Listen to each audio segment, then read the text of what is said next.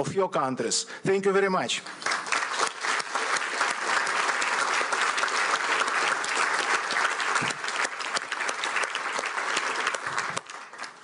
And we have a very special guest here. You know, when we're in Davos, to call this person guest, it's a little bit unusual because we have founder of the World Economic Forum here. We have Professor Klaus Schwab, and he's our grand host. He's not a guest, but it's a great honor for us. I want to say that Professor Schwab and his wife Hilda supported our Ukrainian events here during 20 years. And I mean 20 years literally, because today is exactly 20th Ukrainian event in Davos. 20 years ago, we started our first Ukrainian lunch. It was the end of January 2005, and this is our 20th event. And thank you very much. Thank you very much, Professor Schwab, for your very generous, very sincere support for all these 20 years. Thank you very much that you are this morning with us. You can imagine how many breakfasts today in Davos. And it's a great honor that Professor is here and you agreed to say a few words. Professor Schwab, please say.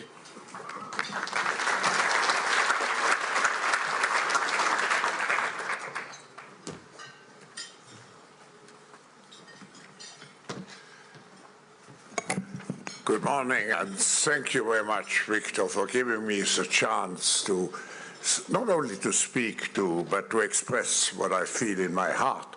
And when I was listening to you, I nearly felt I should create a new slogan: Ukraine first, Europe first, US first, Ukraine first. Yeah. Yeah, so that's how you can put it into a nutshell. But I want to thank you for this breakfast, which, as you said, has a tradition since 20 years. And it has been now 3 years since Russia's full-scale invasion of Ukraine, and hundreds of thousands of lives have been lost, and millions have been displaced. It's really devastating. And for someone who has been born, I'm probably the only one here in this room who has been born before World War II and has experienced still the horrors of a war, I can only tell you how much I feel with the Ukrainian people. We have condemned the Russian aggression and have taken the necessary consequences. And of course, I'm pleased, particularly today, to have such a strong delegation from Ukraine. And President Zelensky's earlier participation this week was probably so important, it was a milestone. I just want to say, the forum is not only providing the platform for Ukraine, a platform which we will continue as long as it is necessary. But we try to also support Ukraine in a pragmatic way. And with the Ministry of Digital Transformation and the East Europe Foundation, we have created a Kiev Center for the fourth industrial revolution. This should show also the hope and the confidence for the future, and to build in Ukraine, hopefully after the war has ended, at just conditions, should build this center a base to propel Ukraine into the new economy, which we call here at this annual meeting the intelligent age. So thank you for having joined in such a great numbers this morning. It just shows how we all feel with your country. Thank you, Victor. Thank you very much. Thank you very much. Thank you. Now we will start our breakfast. I hope that online, maybe some new members of the team of President Trump will join us online. And now, Farid, floor is yours. Thank you so much, Victor, and thank you again for organizing this. You have been one of the most tireless advocates for Ukraine, even when it was not at war. Ladies and gentlemen, I ask you to bear with us because we have a complicated dance card here. We have 7 heads of government or heads of state, 2 American lawmakers, 1 presidential envoy, and we have to fit all of these people in without offending any of them. When Henry Kissinger wrote his book about the Congress of Vienna, he talked about the room in which the negotiating took place, and he pointed out that every person wanted to enter first. So they built a special room that had only doors, no walls, so that 8 people could enter simultaneously.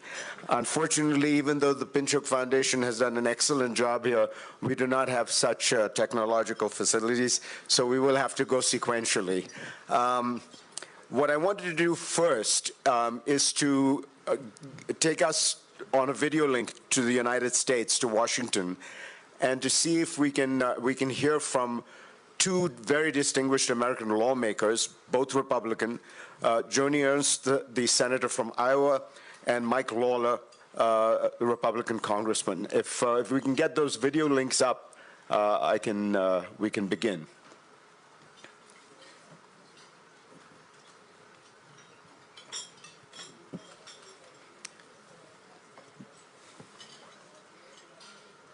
Do we have the link, or should I? Okay. See, it was easier in the old days when you could just build more doors. Now, the intelligent economy is a greater challenge.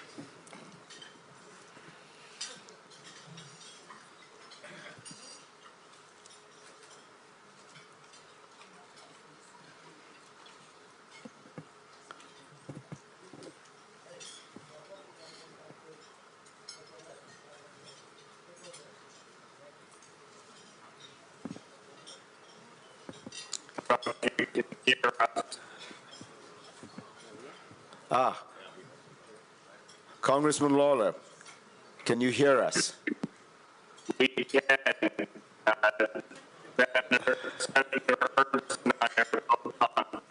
All right, unfortunately, Congressman, we can't hear you, so we're going to try to, are you on Zoom? I think you're unmuted, but there was something wrong with the connection. Could you try again? Could you say something? Yes, can you hear me? No, it's there's some problem with the connection. Can you hear me? Okay, we're going to try to come back to you in a few minutes, if you don't mind. We're going to get the technology right. Let me start with some of our distinguished guests here. And so that I don't offend any protocol, I'm going to start with the one person on the panel who is not a head of government, though was, Mark Rutte. Mark, let me ask you, the central question that so many people think about is how will NATO support Ukraine going forward? And in an eventual ceasefire deal, what is Ukraine's future with NATO? Thank you very much, and also Victor and Klaus, thank you for making this possible again. Before I get to the question, please allow me to say, first of all, that we really have to step up and not scale back the support for Ukraine. We have to change the trajectory of the war which is ongoing, and so far as we know, the front line is moving in the wrong direction, is going eastwards, and this is for 3 reasons. One, because of Ukraine. We cannot allow in the 21st century that one country invades another country and tries to colonize it. We are beyond those days, past those days, so that's one. Secondly, because we know it is, yes, Ukraine, but it is also about how China and North Korea and Iran and Russia are all working together. And this is basically testimony to the fact that this is not only a European conflict, it is a geopolitical issue, a geopolitical conflict which is being fought out. And if we get a bad deal, it would only mean that we will see the president of Russia high-fiving with the leaders of North Korea, Iran and China. And we cannot accept that. That would be geopolitically a big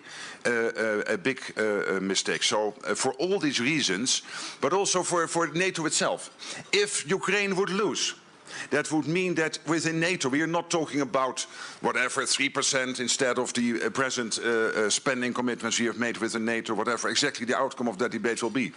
It will not be billions extra, it will be trillions extra. Because if Ukraine loses, then to restore the deterrence of the rest of NATO, again, it will be a much, much higher price than what we are contemplating at this moment in terms of spending up, of ramping up our spending and ramping up our industrial production. To your question, as you know, there is a commitment that Ukraine will become a member of NATO. The question now, of course, is how this will exactly play out whenever, hopefully as soon as possible, Zelensky would say, the president of Ukraine, I'm willing to enter into peace talks when we can get Putin to the table. The most important thing at that moment is how to make sure that we have a sustainable peace, that we will never again experience what happened with Minsk in 2014, where we thought that we had a sustainable peace, but basically Putin was able to continue his quest to get more of Ukraine, and he did in 2022, but also before, of course, with the Green Man, not Russians, of course, but still we know they were in the Donbass. So it has to be sustainable, and for it to be sustainable, we have to make sure that Putin will never, ever, ever again try to get a square kilometer of Ukraine in the future. My problem with the question is this, that I see too many politicians inside Ukraine and outside Ukraine contemplating, if you would have peace talks, what would that mean, first of all, for the territory the Russians have now captured, and secondly, what it would mean for NATO, yes and no. And the risk here is that we start to negotiate with Putin without Putin at the table. And the risk is that Putin, sitting in his reclining chair in Moscow, that he is just ticking boxes. Yes or not NATO, yes or not keeping some of the territory I've captured in the past. So I would say our focus has to be to bring Ukraine in the best possible position when peace talks will start. And when they end, we have to make sure that the peace then we have collectively fostered, that peace is sustainable, will never ever be challenged again. And yes, obviously, full NATO membership is then the easiest outcome, but whatever exactly the outcome is, it has to be clear that it's sustainable. And finally on this, we have to make clear that Vladimir Vladimirovich Putin has no veto and has no vote on whoever would join NATO in the future. Only if he wants to join NATO, but I don't think he wants. So, and he has nothing to say about this. We have to be very clear.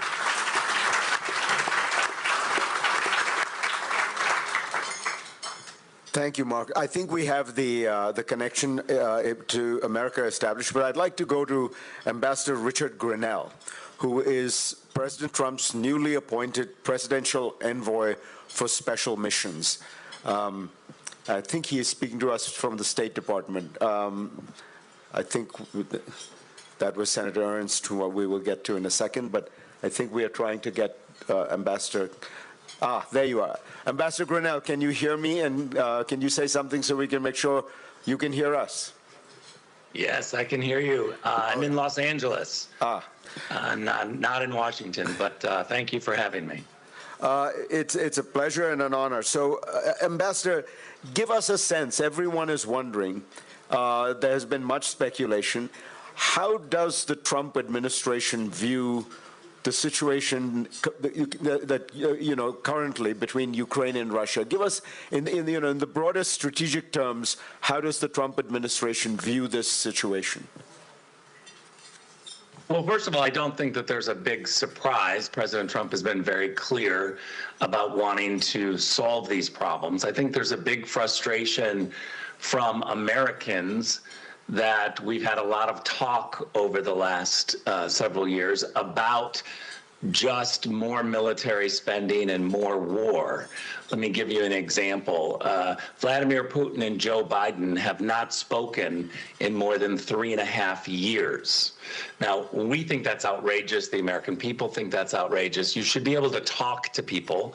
Talking is a tactic, and you're not going to be able to solve problems peacefully unless you actually have conversations. And so I think there's a huge frustration from Americans that we're spending hundreds of billions of dollars and our leaders aren't speaking to each other to try to solve problems. The State Department, the U.S. State Department, a place that I love very dearly and have worked there for 12 years, has been shoved off to the side. There hasn't been talks. Matter of fact, we watched as Joe Biden spent months telling the world that the Americans had intelligence, evidence, proof that there was a war about to be started. And we find it pretty shocking that there's so many foreign ministers in Europe, so many American politicians at the time who just didn't try to stop a war. If we had evidence that a war was stopping, we needed to have diplomats rush in and try to stop this war. So I think strategically, what Americans are watching is, once again, just this rush to war without having tough diplomats come forward and say, hey, let's talk. Let's try to avoid war. We think that it's immoral to not try to stop wars that are being told to us are absolutely inevitable. And let me just add one thing is I think you're going to run into a big buzzsaw in America if we have the NATO Secretary General talking about adding Ukraine to NATO. The American people are the ones that are paying for the defense. You cannot ask the American people to expand the umbrella of NATO when the current members aren't paying their fair share. And that includes the Dutch, who need to step up. And so when we have leaders who are going to talk about more war, we need to make sure that those leaders are spending the right amount of money. We need to be able to avoid war, and that means a credible threat from NATO. NATO needs to be absolutely prepared, but we need to have diplomats that are avoiding that war. And so I think the American people are frustrated, is the real summary. Let me ask you, Ambassador, we are in the war now, and the question is how to end it, as you say.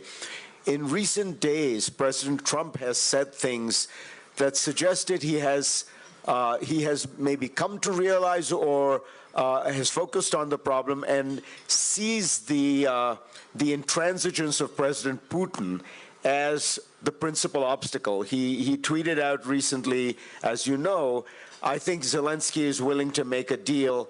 Putin is not, and he's ruining his country. He's destroying his country. If that's the case, if President Trump sees it that way, does it make sense to put more pressure on the Russians militarily and economically? And President Trump talked about more sanctions in order to make him realize that he needs to come to the negotiating table. Look, I think that's a fair and legitimate question, and I think my answer would just be, we have bad choices because after 3 years, we've watched this war drift even further into chaos. It's getting worse, not getting better. And so President Trump and the Trump administration arrives on the scene after watching, again, our leadership not even talking in the United States between Joe Biden and Vladimir Putin. And so now that President Trump is in office, I think he's been handed a terrible mess. There are not a lot of great choices, but President Trump is somebody who has a credible threat and has already made clear that he's going to pressure both sides to end this. He's focused on trying to stop the killing. And so I think all issues will be confronted with a variety of different options. So what you're talking about, Fareed, I think is a legitimate option. But I would say just give President Trump a little time. He's the best negotiator, and there's a difference between a threat and a credible threat. We've seen that from Joe Biden saying don't, and President Trump immediately jumping in and trying to communicate with both sides and pressure both sides to the table. Ambassador, that was a very helpful overview. Really, thank you for taking the time to join us. All the best. Thank you. Let's now go to Washington, to Senator Ernst and to Mike Lawler. I think we have Senator Ernst first. Thank you, Fareed. And it is very good to be with you, and to the distinguished panel, thank you as well for your discussion today. And I will start by saying, with the inauguration of President Trump, we now see an end to the Biden administration's failed leadership. Everywhere that I have traveled through Europe and into other countries, whether it's at security conferences, whether it is on various congressional delegations, what I have heard from the leaders all around this globe is, where is America's leadership? And that era of questioning where our leadership is now over. We do have a president, as Ambassador Grinnell had stated, that is willing to engage and have those tough conversations, those conversations that President Joe Biden wouldn't. So what we have seen is President Trump, in communicating with President Putin, saying, end this ridiculous war. If it doesn't end, there will be consequences. And you've talked about the economic impacts to Russia's economy. President Trump is willing to engage, whether it's taxes, tariffs, or additional sanctions, and hold Russia accountable. He does want to see an end to the loss of life. He wants to see an end to the continuous contribution of dollars into a war where we see our friends in Ukraine being killed. So look, I am willing to engage in that, and very excited about the prospect of winding down the war with extreme pressure on President Putin.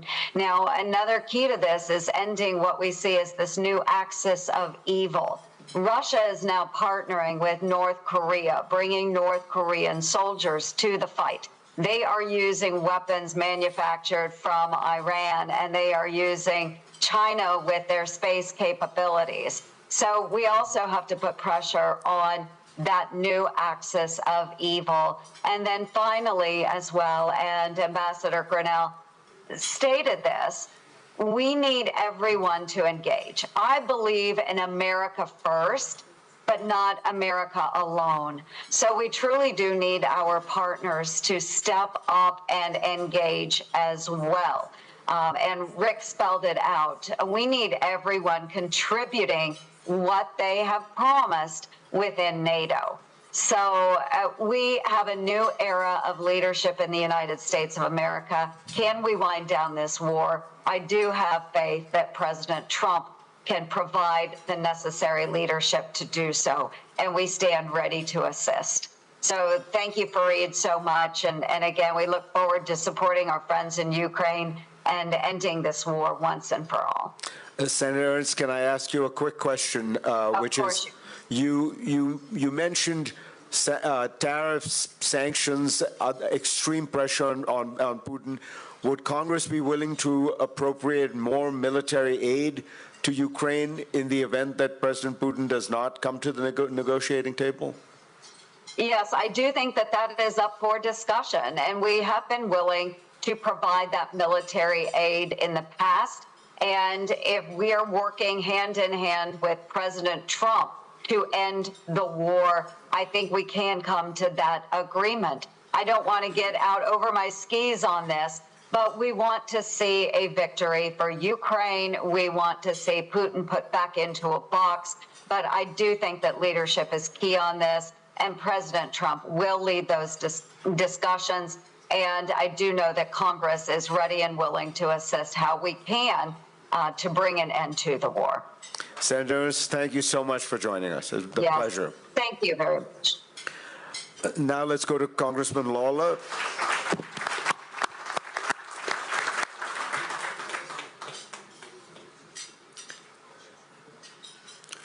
Thank you, everyone, for allowing me to join you tonight. I want to thank my colleague, Senator Ernst, for her leadership on so many issues impacting our allies around the globe. But we are in the most precarious place since the lead up to World War II. I think, obviously, as Senator Ernst outlined, the unholy alliance between Russia, China, Iran, and North Korea has created a tinderbox around the globe. And unfortunately, under Joe Biden's leadership, not only has America been weakened, but I think our allies have as well. And it has created real challenges as President Trump assumes office. And I think the president is right to seek to engage Russia, to seek to engage China on these issues. But there needs to be, obviously, concrete steps taken. And, you know, I look at, for instance, the illicit oil trade between China and Iran that has resulted in a $200 billion increase in Iranian petroleum sales. That is what has funded Hamas, Hezbollah, the Houthis, and other terror networks in the Middle East. You look at, obviously, in many instances, Europe purchasing Russian gas. That has helped fund their efforts in Ukraine. So we have to look at this holistically. It is not just about having a strong NATO, which I know Senator Ernst fully support. We obviously have to look at this from the standpoint of the decisions that are being made and how that is impacting these global conflicts. I have been very clear. I support Ukraine. I have supported sending military assistance, financial assistance to Ukraine. Many of you probably don't know, but my wife is from Moldova. Her family lives on the Ukraine border, so I'm acutely aware of the consequences of failure here. I have no doubt that if Ukraine were to fall, other former Soviet satellite states would be in jeopardy. And that would be catastrophic for Europe. That would be catastrophic for America. So we have a responsibility as the United States to lead. I think President Trump is prepared to do that. And then though some may not like his style or the words he uses at times, the reality is our adversaries understand one thing. They understand strength and they understand bluntness. Unfortunately, Joe Biden had neither. And I think that helped contribute to the situation that we find ourselves in today, a war that is dragged on for almost 3 years, resulted in massive casualties, and seemingly has no end in sight. One of the challenges that we found as members of Congress in dealing with the prior administration was they really had no plan for how to end this conflict, and no plan for how to ensure Ukraine's sovereignty. I believe President Trump is going to be very clear with Vladimir Putin about the need for this war to end. You saw it today with his statement that he put out, that he does want to see a resolution, but if Putin does not come to the table, there will be significant and severe consequences to the Russian economy. And I think Europe needs to be prepared to take significant action as well. And so that is where we find ourselves today. But this requires strong, united leadership between the United States and Europe if we are going to push back against this malign effort by China, Russia, Iran, and North Korea to undermine and destabilize the free world. Thank you so much, Congressman. That was extremely helpful and much appreciated here. Thank you. Thank you.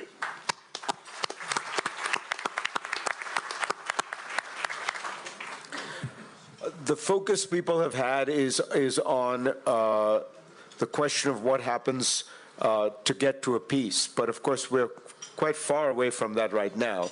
And I wondered if I could ask the President of Poland,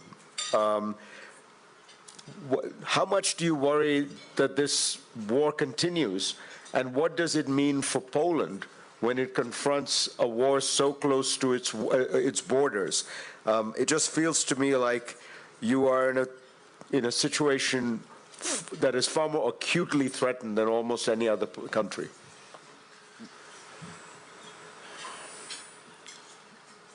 Distinguished guests of that meeting, distinguished participants, presidents, prime ministers, dear friends, you know, it does matter what will be the end of that war, and we can't say that every final and peaceful solution ending this war is in a right interest of Ukraine, Poland, and our part of Europe and our part of European Union. I'm thinking now about the Central European countries, especially those countries who had been for years behind Iron Curtain in Soviet zone of influences, and as you know very well, some advisors of Vladimir Putin, sometimes they mention that this is real zone of Russian influences also now, and this is the right of Russia to have its influences at that part of Europe, and also at that part of European Union. So this is the question: what should we do to achieve a peaceful solution, end of this war, which will guarantee Ukraine sovereignty, independence, which will guarantee the power of the international law? Yes, that international law is respected by Russia, by Russians again, because they are breaking international law every day. And what we should do to stop imperial ambitions of the Russian elites, which are absolutely visible now. If you look at Russian aggression against Ukraine, if you look at the language they have in Kremlin, in Russian elites, if you watch Russian TV, if you see the amount and the tongues of Russian propaganda, you see what's the real problem and what's the real solution for that situation should be. So if we talk, and if we ask the question is how to encourage Vladimir Putin to sit at the table of the peace talks, my answer is we should launch such a strong measure to force Vladimir Putin to ask for peace. For peace negotiations, yeah, because this is not the I don't want to beg Vladimir Putin to sit at the table. I want Vladimir Putin to beg us, to beg Ukraine, to beg allies of Ukraine to sit at the table and to talk how to end this war and how to solve all the problems we have also around. And I fully agree with the Secretary General, with Mark Rutte. This is not a local conflict. This is global conflict. So it requires global solution. Thank you, Mr. President. Let me just say you're coming to the end of your presidency, and I just want to say you'll always be welcome at the Ukrainian breakfast, even as a past president. I hope I won't be hungry in the future. Let me ask the president of Latvia, since we are now talking about real frontline states, how worried are you about the security situation, and how does a country like Latvia look at a Russia that seems to, as the president says, believe that its sphere of influence should be in a way the old Tsarist sphere, if not the old Soviet sphere?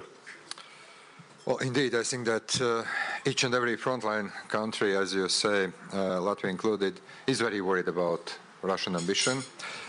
We are hearing not only Russian officials, but also Russian propaganda talking about the kind of reinvention, restation of Russian Empire or Soviet Empire. The Baltic states included, Poland included. They are now talking also about Finland being at one point part of Russia. So from that point of view, of course, the outcome of the war in Ukraine is crucial. But having said that, I think that we do have two things that we need to do. Number one, yes, I do hope that American administration will be successful to end this war. But when the war ends, we also must make sure that Russia does not regroup, does not get back some economic power. So even if there is a kind of deal, sanctions, economic pressure should continue. And number two, I do believe that now this is the moment of truth also for Europe. Defense spending, defense industry, we are talking a lot. My own country is currently at 3.4% of defense spending. We are now discussing about raising to 4 to 5%. It is partly not only because of President Trump's statement, but also because we see that we have real needs. So from that point of view, indeed, I do hope that the strategy to stop the war, to keep Russia accountable would work, but also we should understand that I don't believe that Russia is going to stop. It will simply may use the time and then to restart either the war in Ukraine or to challenge its neighbors, and I think that the part of the strategy should be also to make sure that this is not happening. Thank you. Let me ask the Prime Minister of Belgium, Alexander De Croo, about the new sanctions package the European Union is putting together. But, how strong is it? And more importantly, if there were a deal, is there some thought about a staged and staggered relaxation of the sanctions? Because after all, if Putin gets a total relaxation of the sanctions the minute he signs the deal, that provides him with every incentive to regroup and go back into Ukraine. So how do you think about that issue of a deal, sanctions relief over a longer period of time? Thank you. Good morning. Good morning, everyone. Maybe let me first react on some of the statements we heard in the video calls. I think it's important to say who's the enemy. The enemy is Vladimir Putin. The enemy is outside, it's not inside. And I see a lot of finger pointing between partners, and that's not helpful. I think we have to be extremely clear. Putin needs to be weakened, and Ukraine needs to be strengthened. So if we see where we stand today, 3 years of war, Russia has not achieved any of their strategic goals. None of them have been achieved. And the Russian economy has been weakened significantly. In this 16 package, I think gas and LNG needs to play a very, very important role. I think fertilizers we have to look into as well. We see that the export of fertilizers from Russia has actually increased compared to the war. But I think we're in for the long haul. The Russian economy is weakened, but our analysis is that the Russian economy can sustain the war at least for another year. And in everything we see, it is quite clear that Vladimir Putin would have the ambition to regroup and then have another go. Maybe not at Ukraine, but at another country. So we have to sustain those sanctions. And I'm convinced that we can go into a peace negotiation, but honestly, don't we first have to strengthen Ukraine before we get into a peace negotiation? And then talk about how do we sustain peace and how do we make sure that Russia is not a threat to us European countries and to the rest of the world. And that can only happen if you have sanctions that are robust and that are sustained in the future. So my analysis is that we are going for a long-term sanctions and that we should not inverse the discussions. Based on what I hear now, it looks like a peace negotiation is just around the corner. Really? I don't believe so. I think that first we have to strengthen Ukraine, and then we'll see afterwards. Thank you. Thank you. So the question becomes how united, I mean, everyone is worried about America, I understand, with the new administration. But how united is Europe? Is there a danger that there will be divisions within Europe? And how should one think about solving that problem? I asked the Prime Minister of Croatia. Andrej, what are your thoughts on that? Thank you very much, Farid. Thank you, Victor and Klaus, for the invitation. I think that we have seen over the past several years not only brutal aggression against Ukraine, and here I specifically greet the Ukrainian servicemen and women who are here and thank them for their heroic efforts of defending their country.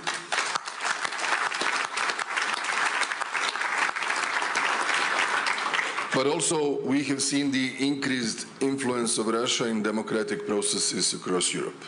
And as the time passes, as the elections unfold, what we can see is that there is a trend of having political forces coming into ruling or governing positions, if not alone, then in coalitions, who are, in my view, called the pro-peace leaders. Everybody is pro-peace, but there is a difference and a nuance. Are we pro-peace, which will then sanction the aggressor and remain the today illegally occupied and illegally annexed territories endlessly under Russian control? Or are we going to stick to the main principles of international order as we have known it over the last 80 years, and that is the respect of one's sovereignty, its territorial integrity, and respect for its neighbor's existence? Because what I have noticed recently from Russia is something completely different what we are talking here.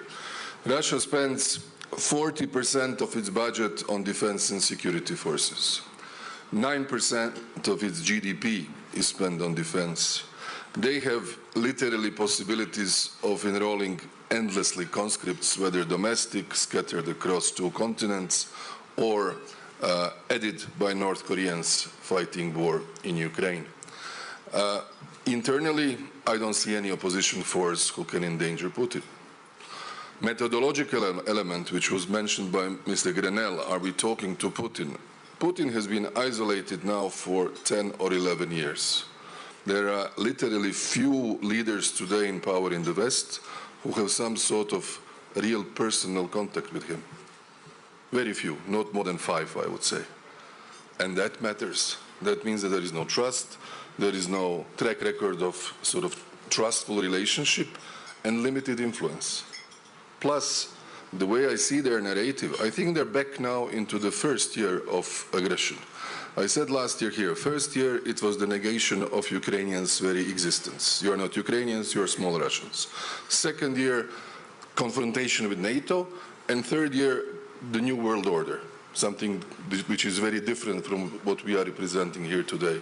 Now I see a tendency in their rhetorics that they are back to the first year rhetorics, and that is very dangerous. And I think we should all, with all due respect to the new impulse of the new President Trump administration, wish to start talks and engage, we should not fall into a trap of political naivete.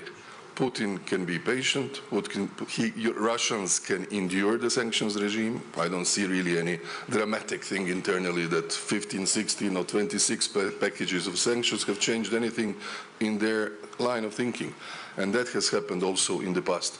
So my view is fully agreeing, strengthen Ukraine as much as we can, stick to our principles, and not allow that whenever and whatever peace deal comes, that it's not just any deal that will petrify the current occupied territories into some sort of a frozen conflict and give them a chance for another opportunity. So let me give you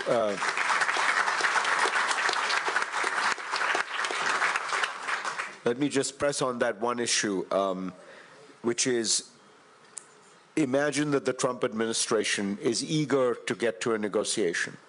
And imagine that there are certain countries in Europe, let's name them, Hungary, that sees the issue more closely the way the Trump administration does. What does Europe do in a situation like that? First of all, I think Europe should be at the table. Ukraine should be the main actor at the table. And if we find some sort of a ceasefire, it should entail a gradual, peaceful reintegration of the occupied territories. That would be, in experience that my country had 30 years ago, the only solution. Nobody wants more victims, more death, more refugees, more destruction. And I think that the Ukrainians know it, everybody else knows it, but the plan should be really all the way through. Not the first step, and then we deal with other crises in the world and forget about the state of play in the field. Let me ask the first Deputy Prime Minister of Ukraine, who also is the Minister of the Economy, how important is the security guarantee aspect of this potential settlement to Ukraine's revival? Because after all, when I think about it, you know, business and investment is not going to go into a country where people are worried that 2 years from now Russia might invade again. So describe to us, Yuliya, how do you think about this issue?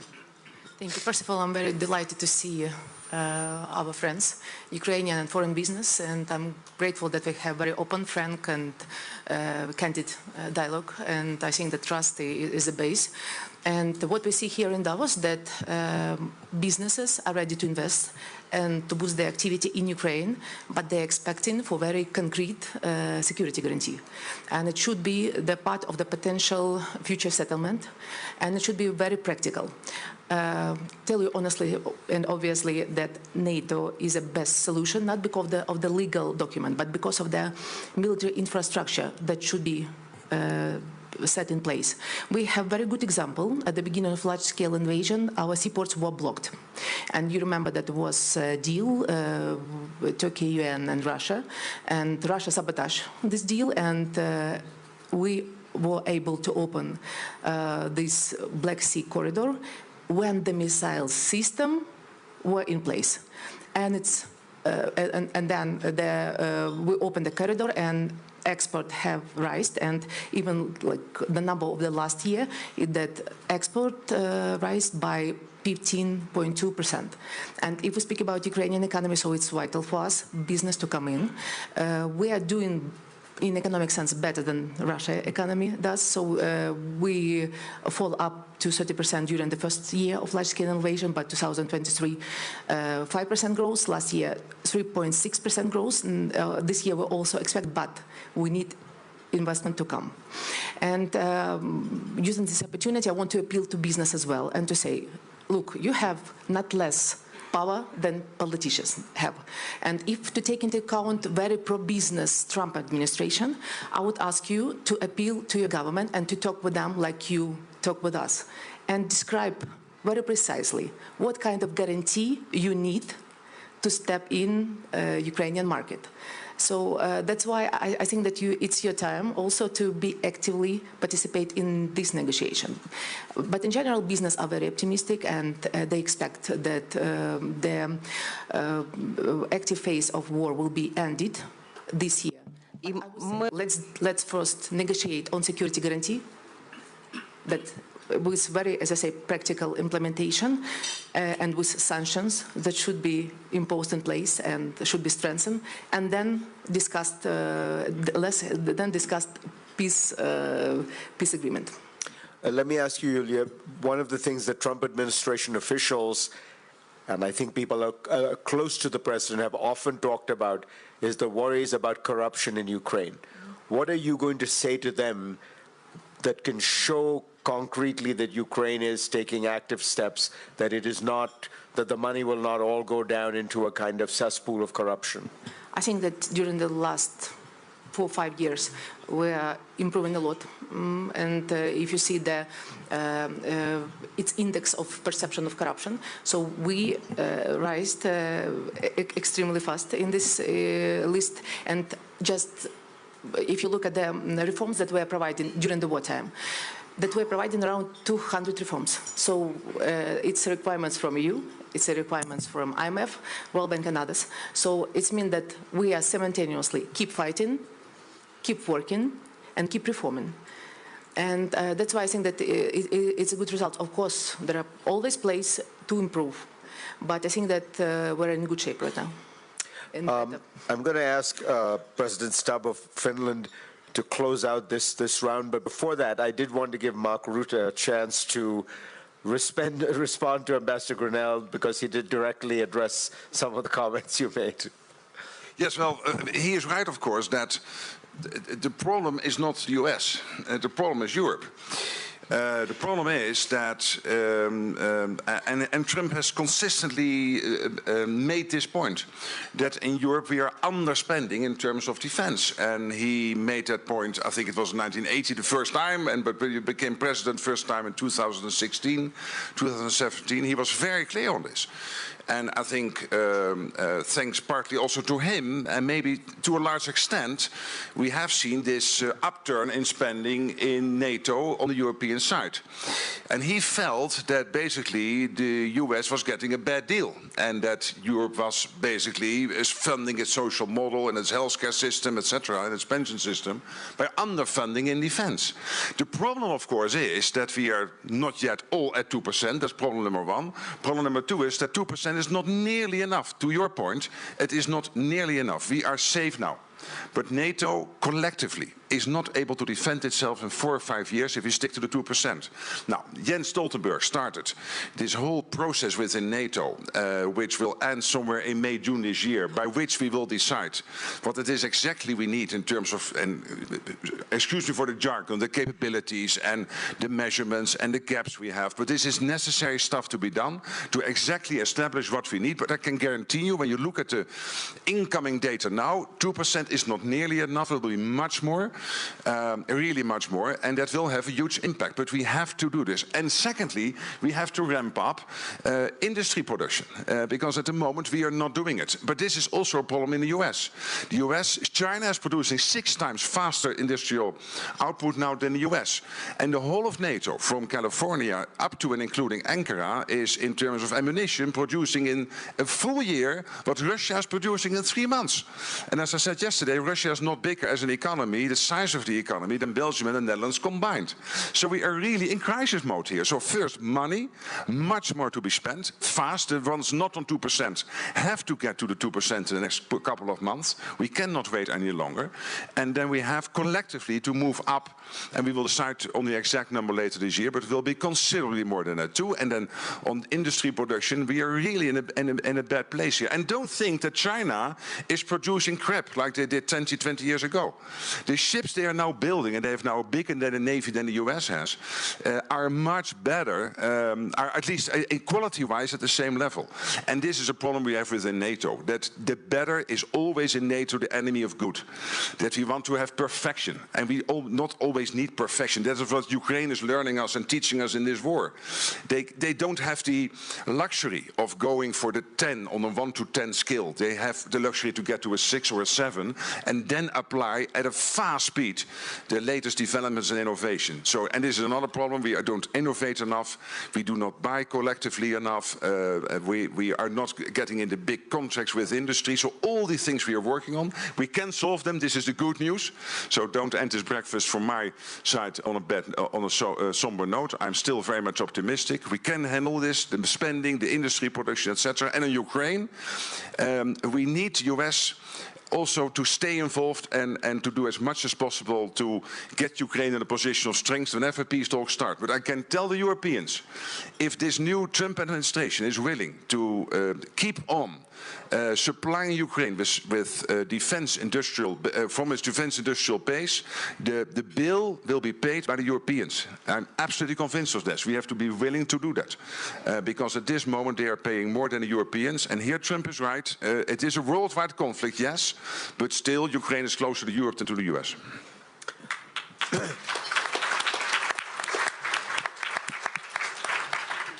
Alexander Stubb, give us a sense of how you think this plays out in the next year.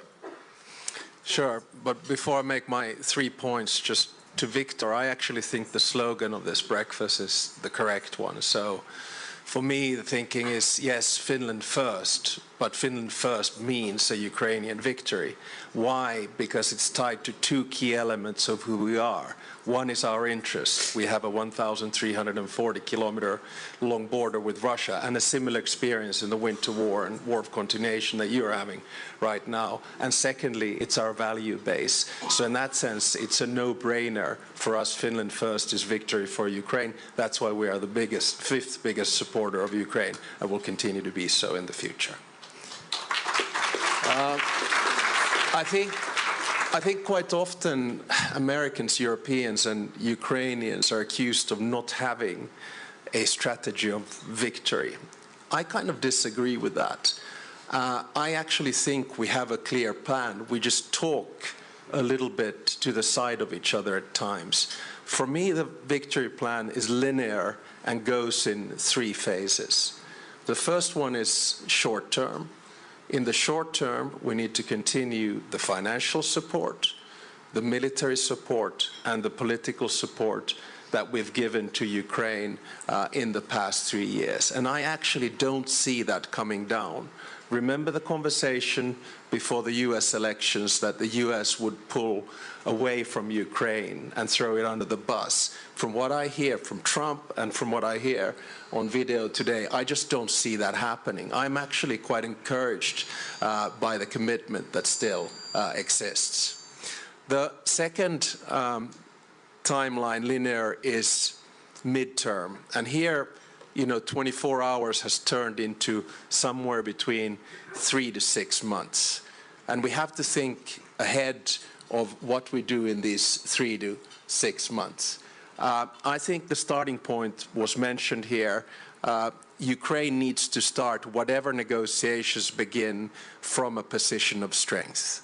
And we need to keep on pushing the idea that no negotiations without Ukraine. And I have a sense and a feeling that the rainmaker in this, President Trump, sees that as well as General Kellogg. I think the early signs that we're getting from the Trump administration are actually quite positive. Having said all of that, remember that with statehood, there are 3 key principles which in my mind are holy. One is independence. Will Ukraine retain its independence? My answer is yes. 2 is sovereignty. Will Ukraine retain its right to choose whether it wants to join the EU and or NATO? My answer to that is yes. And the third one is territorial integrity. And again, I come to the rules and principles of international law. We need to stick to the borders that have existed previously and stick to that setup. These 3 principles, in my mind, are holy. And I say this from experience. Remember, in World War II, Finland retained independence, lost sovereignty to decide in which club we wanted to be, and we lost 10% of our territory, including the areas where my grandparents and my father were born. So let's not let that happen in Ukraine. Long term, and my third and final point, there are a lot of business people here. Reconstruction is a low-hanging fruit. It has to happen, it's a possibility, it's an opportunity. This is not a Marshall Plan where we stash out money. This is a business opportunity for a country that has been partially destroyed to be built up. So use that. Long term, there are two key issues for me. Both are sine qua non. Ukraine needs to become a member of the European Union, and in the long run, Ukraine needs to become a member of NATO. That is the only way in which Putin has lost this war, and lost this war big time. Remember what he started with. Thought he could make Ukraine Russian. It became European. Thought he could dismantle NATO. It has enlarged. And thought he could break up the transatlantic partnership. It didn't happen. So what we must do at this stage is to make a choice, to be honest, between Yalta and Helsinki. Yalta was a carve-up of big states and spheres of interest.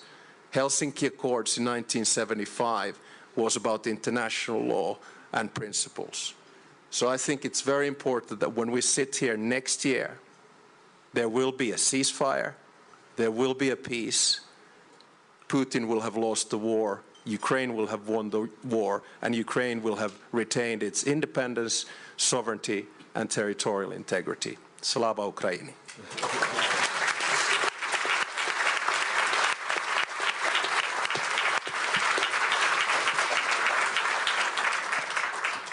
Let me get a few comments from the audience. Jens Stoltenberg, you were Secretary General of NATO during the first Trump administration. So give us some pointers on how to deal with Donald Trump. I think the main thing is to actually engage with him.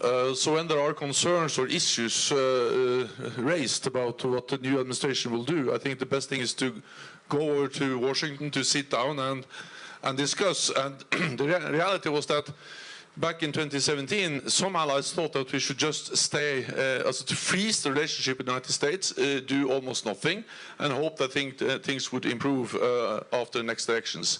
We did the opposite. We actually sat down with President Trump and addressed the issues he had, especially on defense spending. And as Mark just alluded to, the reality is that things have really changed. When we made the decision to start to spend 2% of GDP on defense, only 3 allies met that guideline. Now it's 23 allies. So that's a big difference, and it makes it much easier to tell whoever is president in the United States that European allies are taking this seriously. On Ukraine, I remember very well that there was the position among NATO allies back in 2016 and 2014, also after the annexation of Crimea, was that we should not provide lethal aid to Ukraine because it could provoke Russia. And therefore we didn't provide so much lethal aid. It was President Trump that decided to start to provide lethal aid, including the javelins. So the first javelins were delivered from the United States under the previous Trump administration. So I'm not saying this is easy. I cannot promise you anything on behalf of the new US administration, but I'm saying that engaged on the issues and based on experience, also Trump can be quite strong on Ukraine. Thank you, Jens. Since Radek Sikorsky is right there, I wonder, Radek, if you could tell us, when you look at the situation, are you optimistic or pessimistic about whether or not we are moving in the right direction, and why? I'm confident Ukraine can sustain the fight for this year. And Russia's economy is going south. So there may be a deal to be made. But the real point I want to make is the following. President Trump has started well by recognizing that it is Putin who has to shift his position, not Ukraine.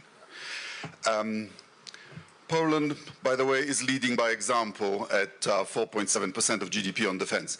But if I can make one suggestion to the new administration, coming from the depths of experience of a country that warned the rest of the West about Putin and wasn't always listened to, it is this. This is not the Putin that President Trump knew in his first term. I would be skeptical about granting Putin an early summit. The President of the United States is the leader of the free world.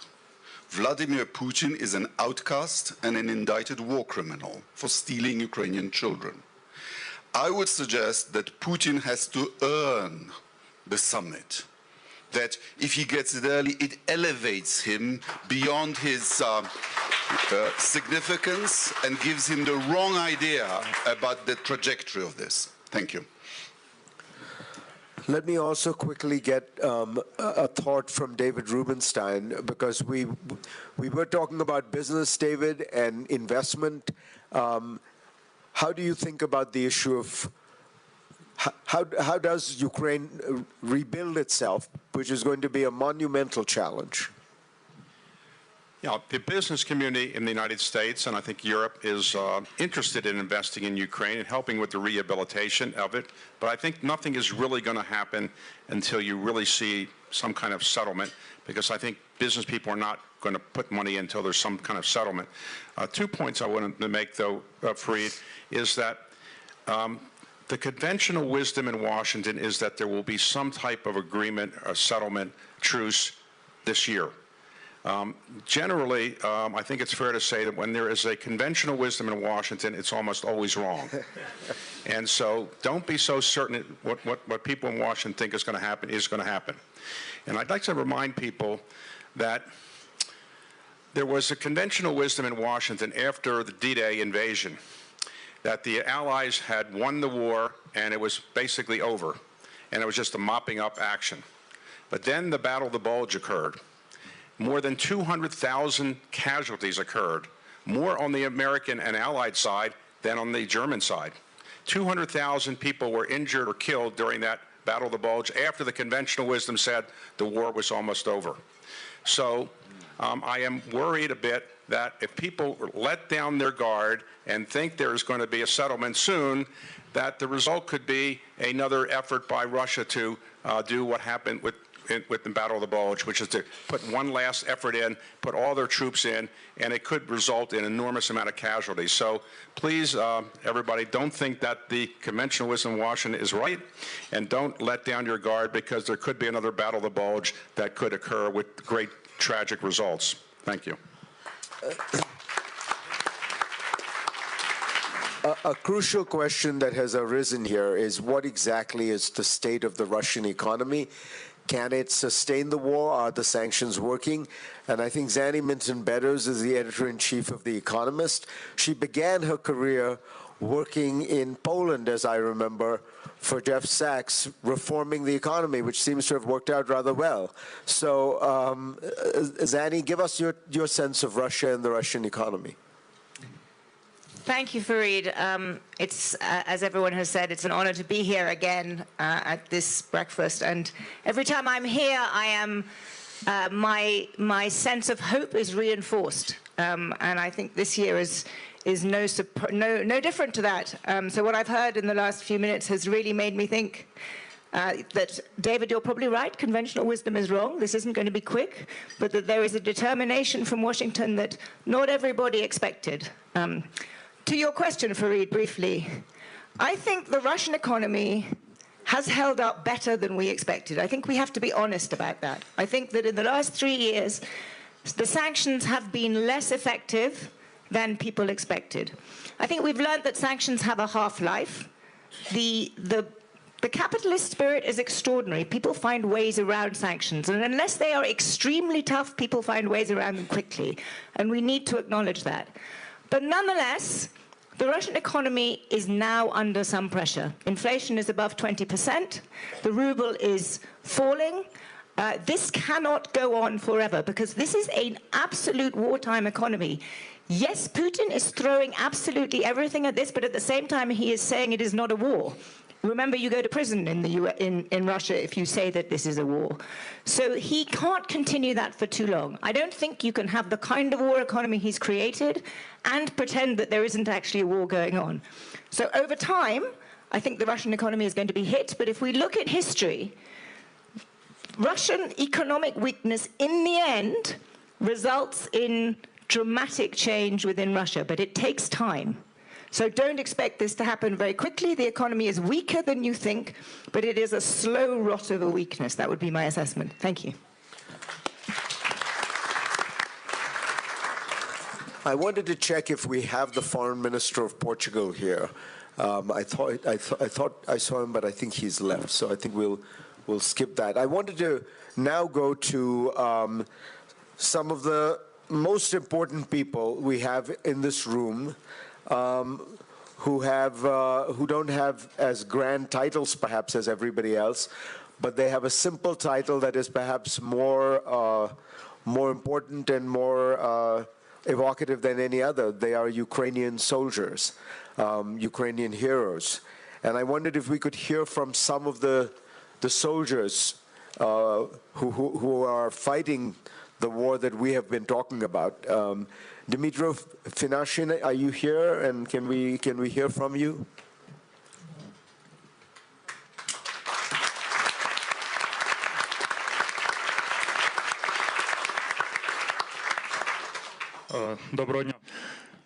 Good morning. I'm very glad that you're here. I'm very glad to see everyone and very glad to hear all those words of support that you are joining in support of Ukraine. But I would like to ask you for two things. The first is don't be shy and don't be proud. Don't be too proud to ask Ukraine to share our experience. No one can deny that we have the experience of waging a modern type war. We can tell you how you can hone your arms, how you should precise your weapons, how you should build fortifications. No doctrine is working anymore. Don't think that while we are going and asking for help, well, we are not very proud. We are fighting for our survival. We have to do this. We constantly say, we even sometimes beg, help us, but this does not make us weaker or less valuable. So let's share experience, exchange experience, and develop. Another thing that I wanted to ask for is to think not to care too much about the pensions of your population now. Please think about raising your military and defense capacities and potential. Unite. If you are not strong today, you will have to think about how you will pay pensions to such young boys like I am. This is not a very pleasant prospect, so please become stronger, and this will be better for us as well, because you are our partners, and Russians will understand that they are in a critical situation. Thank you.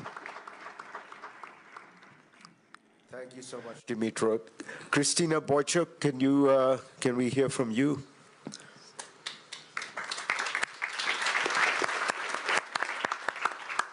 Thank you. It's very important for me and soldiers from front line to be there and understand that the world continue to support us.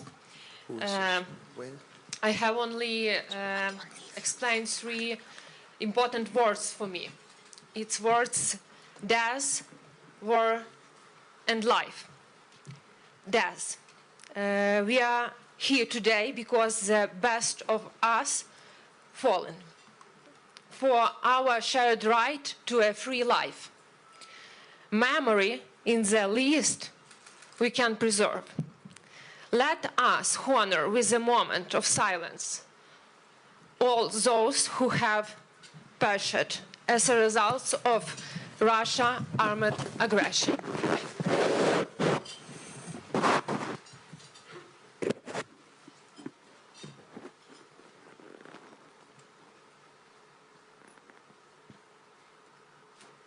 Thank you. Second words, it's war. During the battles for the town Rubizhne in east of Ukraine, I realized for the first time what changes I need to undergo, not only to survive, but most importantly to protect my units. I mastered an entirely new and previously unfamiliar technical tool provided by our partners. Together with me, this tool also transformed. The world has changed. To survive in the world, you must change. And second words, it's life. While carrying out a mission near the settlements of Makiyuka, since 6 months ago, my comrade, seasoned warrior, was died. He had mastered a civilian IT specialization, but when Russia invaded Ukraine, he returned from Mexico and joined our unit. 3 months after his death, his daughter was born. The life of this little girl is the most precious things we have. All of us. It is our responsibility. We are obligated to protect it. Life will triumph our death. Light our darkness. Slava Ukraini!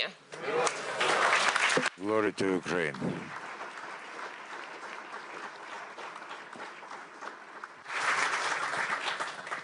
And can we hear from Daniel Salem? Good morning, everyone. First of all, I want to thank everyone here and everyone who's helping and everyone who's fighting with each and every word that has been spoken here. I just wanted to tell you a story, a simple story. I want you to imagine a close-range fight that we've been in summer of 22, Passat Pakrovsk. We've been 8 of us. After 4 hours of fighting, the fire was seized for maybe an hour. And we're stuck in the trench. And as you can see, I'm always hungry. And I really wanted to eat. And from out of nowhere, Passat Pakrovsk is a little village. It's not little, it's actually vast. It was a beautiful village. It had a lot of houses, cows. And from out of nowhere comes a little boy. He was wearing a Real Madrid shirt. He was with no shoes, dirty feet, and happy big eyes. It maybe sounds right now like a story from a movie, but it happened. He ran out to us, and he didn't say anything except like, "You want to eat?" And we looked at each other. I looked at my fellow man. I looked at him and said, "Yeah." He ran and went to his house. It was maybe 100 meters from us. He went back with bread. He said, "I didn't ask you if you want to drink something." I said, "What do you have?" He said, "Fresh milk." I said, "Yeah." He went back. He got us milk. It was the best breakfast I ever had in my life. His eyes were so happy that he thought, he looked at us as the heroes. He looked at something really grateful. He saw the uniform, he saw the guns, he saw how fearlessly we were fighting, and the fight was near his house. His family was in the house. And after we said goodbye, he went, "Okay, I gotta go. I gotta help my mom." He went back to the house. And I think it took 5 minutes. Tanks arrived. And the only thing I remember is that the house was destroyed with the families of his family inside. And I'm certain the boy died. And I thought to myself, do we do enough? Do we all do enough? Did we fail as his heroes? I just want you to understand, and I think we do all understand, that this paid firearmed people from Russia. Tomorrow they'll get their vacations. And maybe they'll get their families and go to your countries. These people who were killing our children are sitting in cafes in Spain, France, Poland, Finland. The killers and murderers are closer to you as you think. They're not somewhere. They're in your countries. We're letting them in. We're opening the doors for them. That's it. Slava Ukraini.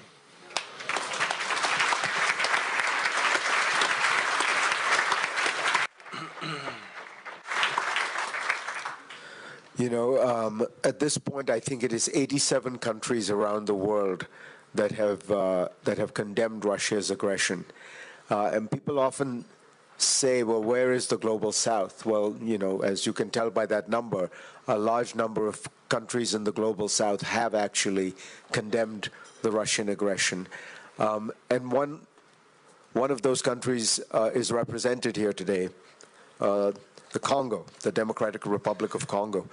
And I thought I would ask the Vice Prime Minister Masudi to say a few words to close this out for us.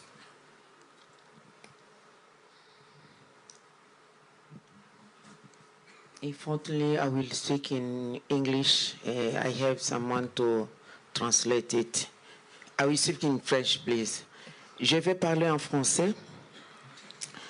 Je voudrais d'abord honorer la mémoire de tous les Ukrainiens qui sont tombés au combat.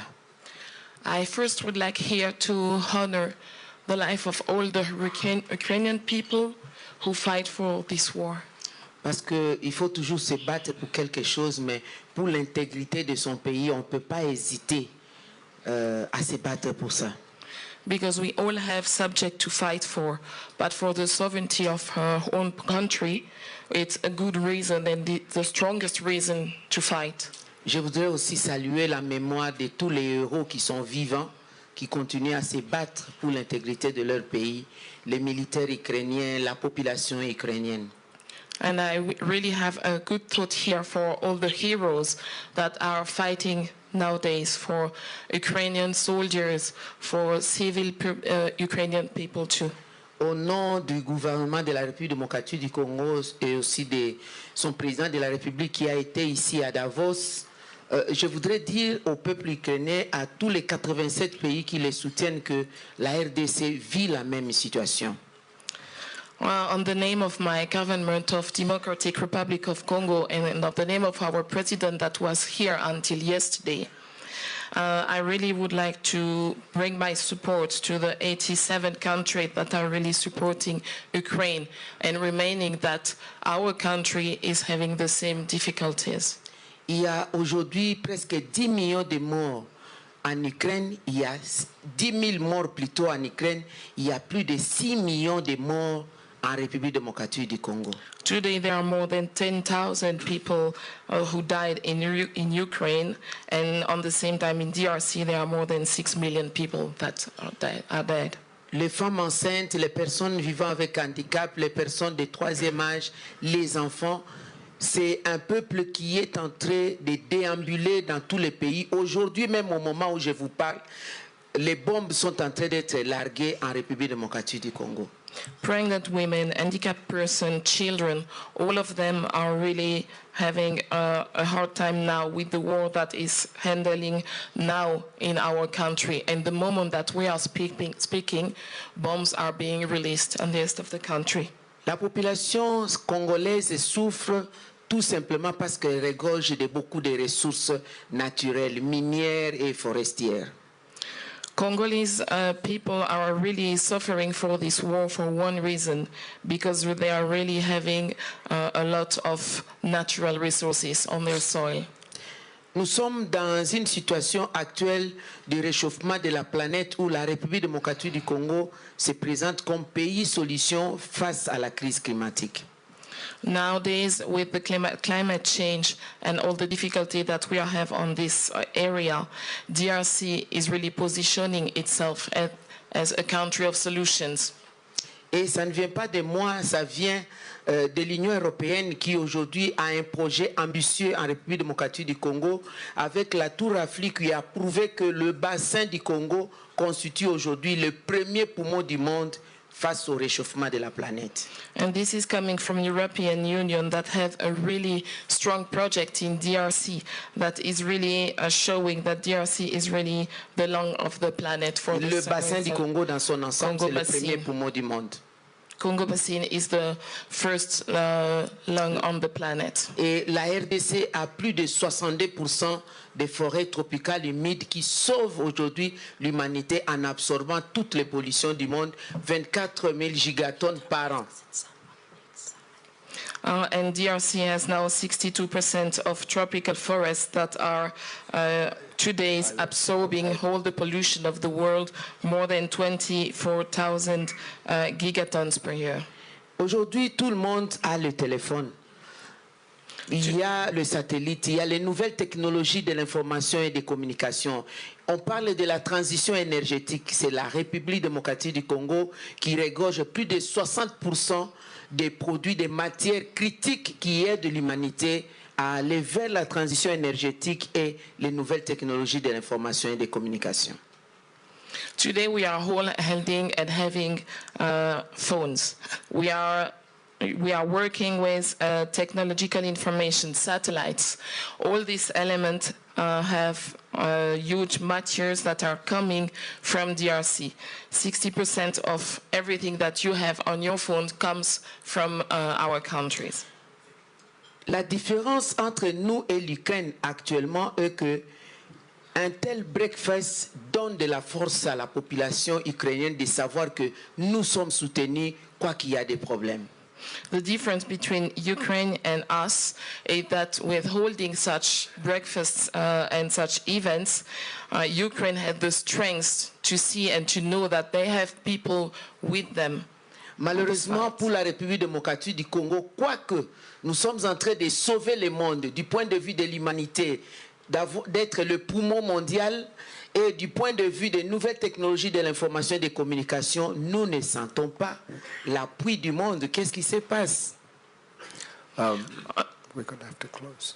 Unfortunately, on DRC side, despite that we are the solution in terms of climate change, and despite the fact that we have all these natural resources, we doesn't feel really this help for the world. What is happening? Autant la Russie est condamnée, autant nous demandons que le Rwanda soit condamné parce que les 87 pays qui soutiennent l'Ukraine sont capables de terminer la guerre dans le bassin du Congo, de terminer la guerre dans le Grand Lac en République démocratique du Congo. As Russia is now being called as not a good country, following all these things, we are really now requesting that in the same time, Rwanda is being held responsible for everything that is happening. With that request that you make and very eloquently made, I am going to have to close because we do have to maintain the time and we do have to close the meeting. Madam Vice President, thank you so much. I just want to close with one thought, which is we've heard a lot today about the determination of the democracies of the world to support Ukraine. And I think it's important to remember how important that is, because democracy's enemies always assume that they can outlast the democracies. And that is their key strength, has always been the idea that the democracies will flag and falter and fail over time, but they can stay strong. The truth is, history doesn't bear that out. Hitler believed he was building a 1,000-year Reich, and it lasted not even 15 years. The Soviet Union always believed that it was going to outlast the West, but it turned out that the West outlasted the Soviet Union. The Taliban and Al-Qaeda used to say that Islamic fundamentalism would win because in the phrase they used, you have the watches, but we have the time. But look at all those three movements and look at the West.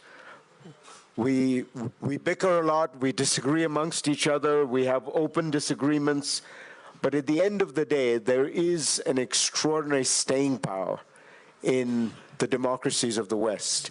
And I would just want us all to remember that strength and to remember that as long as we keep our eyes focused on the North Star, which is to continue to support Ukraine, we will outlast this next form of evil as we have so many before. Thank you all so much, and as always, thank you, Victor.